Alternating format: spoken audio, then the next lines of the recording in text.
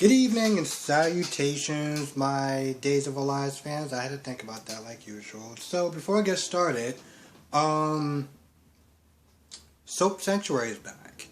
He did the reason I'm saying that is because he did his GH review yesterday. And I'm pretty sure at some point, because he also watches Days, that he's going to be doing that. So definitely check in on the channel, throughout, periodically and stuff like that. I will leave the link of his channel in the description box below. But it's just very good to actually see him back, because like he's been going for a hot minute. I still think what YouTube did was just messed up, but he's back and he has that same energy, that same humor. So definitely check it out.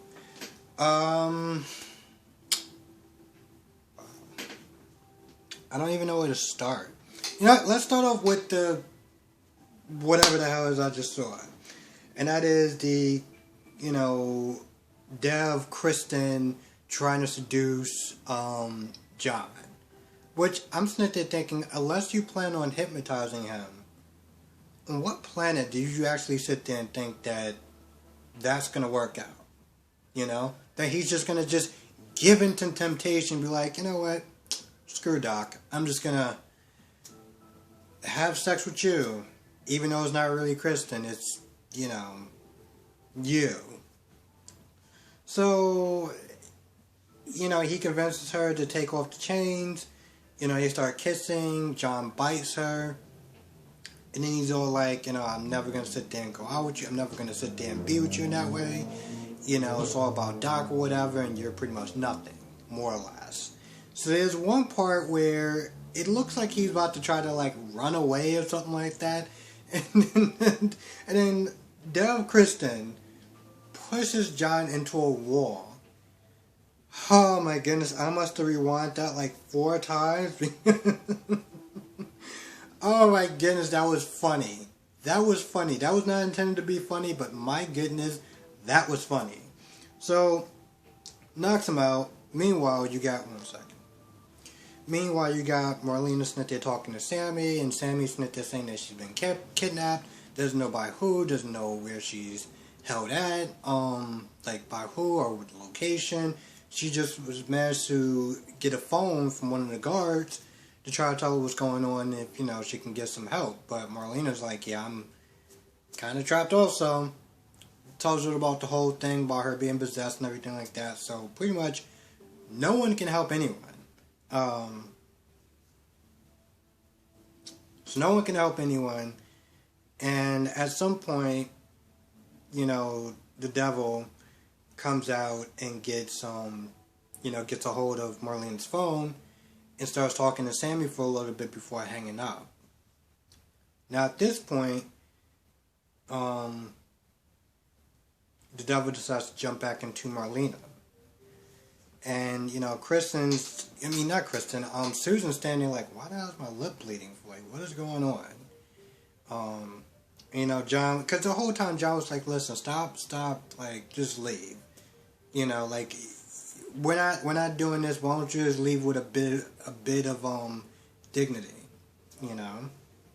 But towards the end, when the devil comes back out in Marlena's body, she's like, yeah, because, John's like, I don't know what made you thought that this was going to work.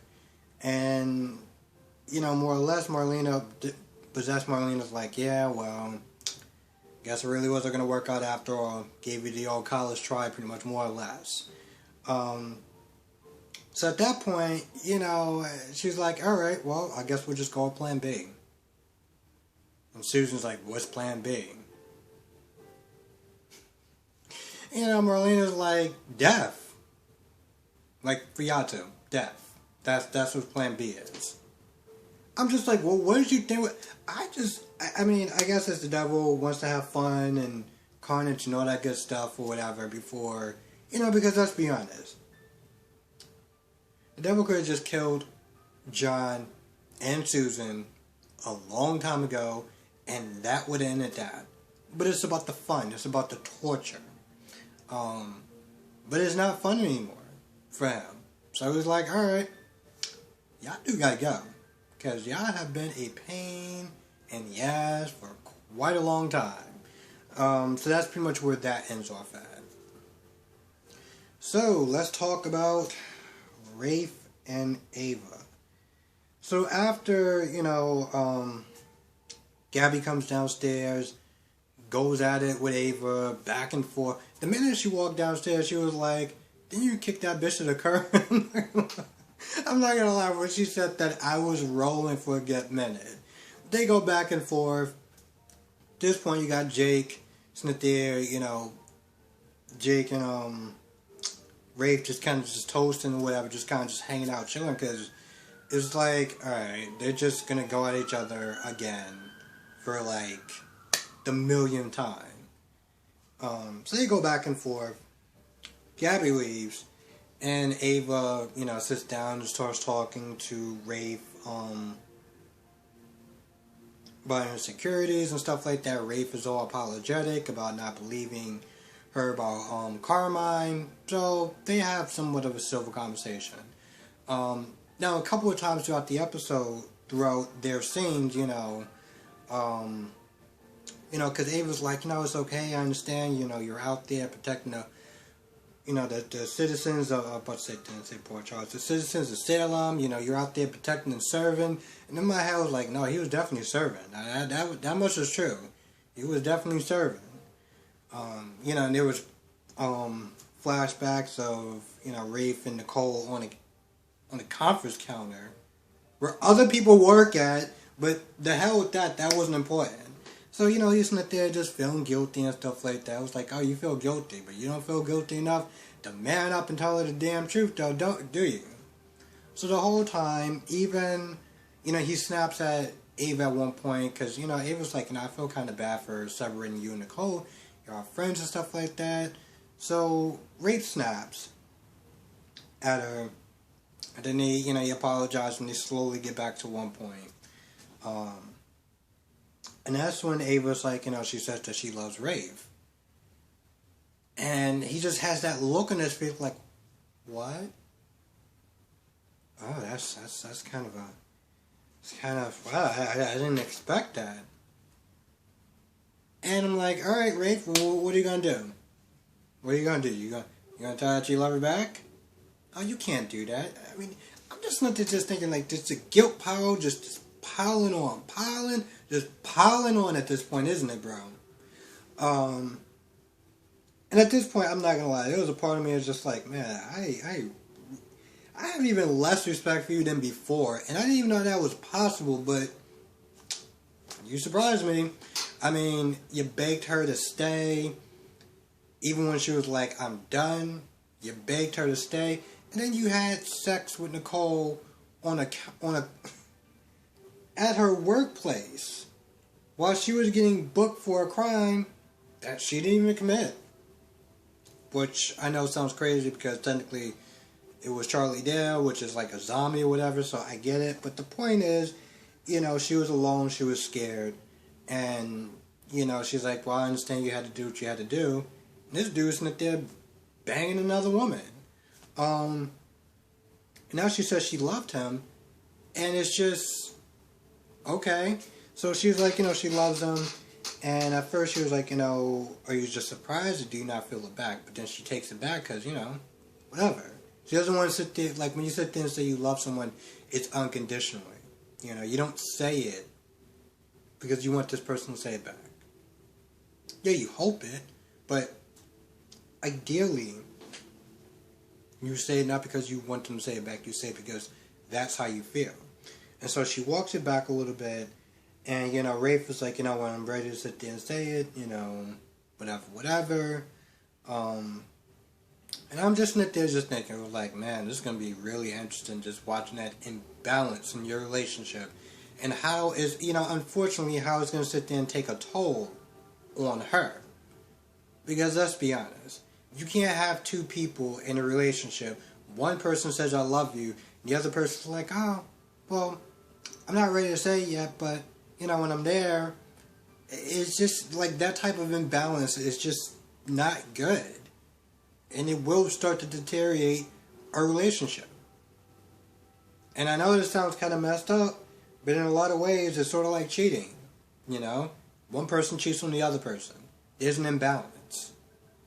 And after a while, if y'all don't work on that, it is going to deteriorate the relationship. Now, my remedy for that is pretty messed up, but in some sort of way, it makes sense to me. I mean, you can't have one person have infidelity, and the other person not do it too. You know, just to kind of make things even. So yeah, they're on that. He's just there, just lying straight to her face the entire time. And man, I'm not gonna lie, when that secret comes out, I'm gonna be ready with cheese doodles. I mean, my pad's gonna be all messed up and everything like that. It's gonna have all those orange stains, but it's gonna be worth it. EJ and Nicole gets over to EJ's place, talks about the divorce papers that she got. You know, EJ's all like, oh, you know, I got him too. Well, I'm ready to sit there and divorce her too, except for, you know, I can't find her. So they wind up going out to dinner. They run into, well, before they run into Gabby and Jake, you know, he's sitting there taking a look at the divorce papers, and he's like, yo, listen, let me get this straight. You don't want anything? Are you kidding me? You're sitting there taking care of her, you're taking care of his niece and her child while he's off gallivanting in South Africa. Are you kidding me? And it's funny too, because even I think you know, Nicole Mitchell was like, yeah, you know what, even Xander said the same thing. You know, pretty much when AJ's like, well, I mean, more or less when he has to agree with Xander, you know that there's something off. So he pretty much wants her to, I mean, more or less kind of take him to the cleaners, but at the very least, you know, get a little bit more than what she's getting. You know, because, like, no spousal support, no anything. She's just going to sit there and just take care of herself. Holly, practically a grown-ass woman, and her child? Are you nuts? I get that she has her own job now, but still. So they're talking about that. And, of course, Gabby comes over. They go back and forth. You know, EJ rubs in her face that she got kicked to the curb. And Gabby Chic is just kind of in the wind. Don't know where they're going to go. But he looks at her necklace because she had the ring on her necklace, and he's like, where did you get that from? At first he starts talking to her a little kind of harshly, even if Jake was like, yo, listen, watch your tone. He talks about his Sammys and stuff like that, and Gabby's like, yeah, I'm gonna keep it. I mean, you have my mansion, which is mine, so I'm gonna keep this thing, and we'll just call it even. So she walks over. You know, they walk and they got their own table, and, you know, Gabby's all like, oh, we're going to use Sammy to sit there and try to get payback to EJ. I'm like, I feel like sometimes whenever she starts one of these harebrained schemes, it's like watching Pinky and the Brain. That's literally what it's like. It's like watching Pinky and the damn brain. Now, EJ gets a call at some point from Sammy. And, you know, he's all like, what is this? I can't hear you. Damn it, it's a lot of static pretty much, and just hangs up the phone. Now, of course, he's sitting there talking to Nicole, and he's trying to act all fake surprised, like, oh, she's missing? Well, I just assumed that she left and just kind of just, you know, decided that she didn't want to be in a relationship anymore. She just gave up, but damn it. Now it turns out that she might actually be missing. And I'm just like, alright, bro. I mean, he's going to play it out for a little bit. And hell, even when, here's the thing, even when Sammy calls, Sammy doesn't know that EJ's the one that, you know, pretty much, you know, got her captured and locked in this place or whatever. So, you know, she's in there trying to get help. She's like, EJ, I need your help, blah, blah, blah, blah. And, EJ's like, yeah, I can't hear anything. Click. I guess you're right. I guess it's one of those pesky old, telescammers or whatever. You know, the usual ones that they want to sit there and try to call you and say, the IRS is, gonna arrest you or something like that because you didn't pay for taxes in like something amount of years, which is a real thing. They really do have people do that, but and it's not just tax season, so don't get it twisted. I think that's about it for the most part. I'm not gonna lie. Here's the thing. Usually, like the scenes for Devil Marlena or whoever's being possessed by the devil is usually fun. But the problem with I guess today's episode was like, okay, this is another one of her attempts to sit there and try to seduce John, and it's like, unless you are literally going to hypnotize him, this isn't gonna work. And we've been doing this for like, 2 or 3 days now? Are you think they're trying to seduce him? And now you're just like, alright, well, this isn't going to work, so we're just going to kill him. I'm just going to kill them both. I'm like, so we had to sit there and literally watch 2 whole scenes? Or like 3 days of this, practically? Which, by the way, I'm not going to lie. So back in the day, I gotta sit there and reiterate this, the sex scenes, and in those early 90 clips, I'm going to be honest,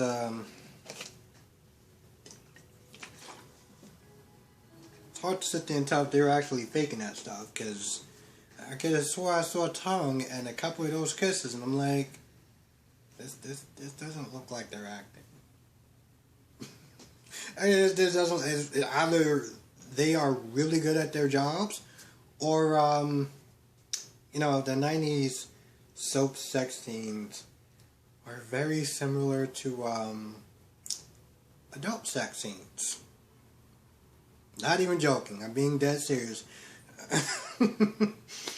But yeah, they did flashbacks to those two, and it was like, alright, I see why you guys sit there and get her, and blah, blah, blah, blah. But this is starting to get kind of old. Just that part. I'm still enjoying the possession stuff. I'm still enjoying that stuff, so that's not stopping. But 3 days of this, it's like, all right, enough is enough. It just felt like it just kept dragging out, and it was like. Anyway, I think that's about it. If I missed anything, please write down in the comment section below. I want to thank you for watching and be safe, and I will see you in the next video.